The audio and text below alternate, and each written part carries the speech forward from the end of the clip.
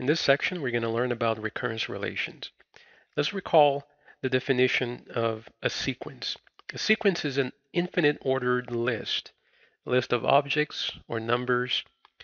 In this case, let's take a look at this example of a sequence of even numbers, 2, 4, 6, 8, 10, 12, and the list is infinite. We're going to refer to each element of the sequence with a variable and an index. Here we're going to use A1. This indicates the first element of the sequence, which is number 2. A2, that's the second element of the sequence. It's 4. We are able to define each element of the sequence in terms of the previous elements. For example, number 6 here can be defined as the previous element 4 plus 2.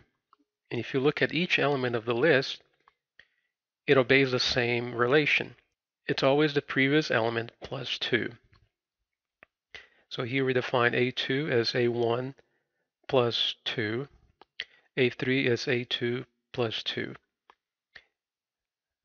So we can obtain a general formula for this sequence. AN equals to AN minus 1 plus 2. This formula works for the sequence of even numbers, but also it works for the sequence of odd numbers. You can see here that 3 is the previous element 1 plus 2. 9 is the previous element plus 2. How can the same formula work for two different sequences? This formula by itself is not well defined. The formula is not well defined until we know the value of at least one number of one element of the sequence. And here you can see the difference. Here is the sequence of even numbers, and the formula is the same, AN equals to AN minus 1 plus 2, but here we define an initial condition. Now this formula works for all the indices greater than or equals to 2, but here we define the very first element of the sequence, A1 being 2. Here's the sequence of odd numbers. Notice that the formula is the same, but the initial condition is different. We can also define the factorial as a recurrence relation.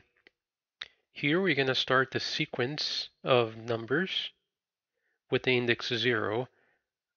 So A index 0, we're going to define that as 1. And then here's the second number of the sequence, A1. It would be 1 times the previous.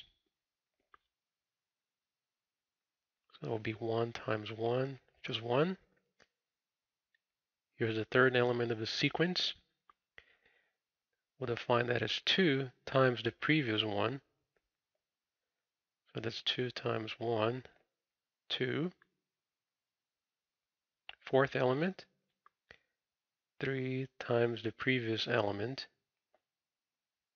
3 times 2, 6. Let's put 2 more here. This is 4 times A3. 4 times 6, 24. A5, 5 times A4.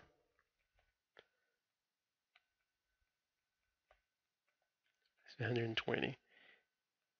And in general, we're going to define this to be AN equals to N times AN minus 1. Now here is the recurrence relation formula. The general term of the sequence is defined not only in terms of the previous element, but also in terms of the index. And this is how we define the factorial. If you recall, this is 0 factorial. Here's 2 factorial, 3 factorial.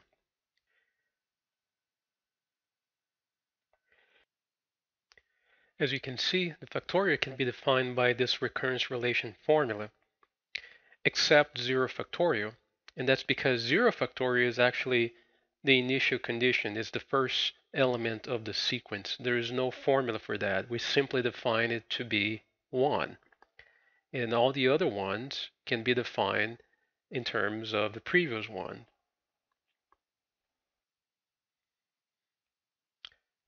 So the factorial is defined to be n times an minus 1.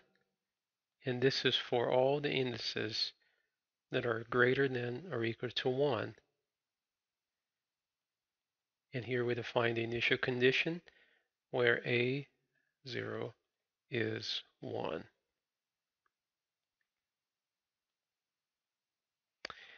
The initial condition is very important. Without it, we wouldn't be able to even define any of the elements of the sequence. If we don't know what a0 is, we couldn't define a1 because a1 is defined to be 1 times a0. N factorial is equal to n times n minus 1 factorial,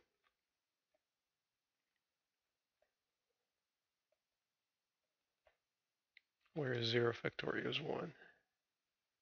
This is the actual definition of factorial.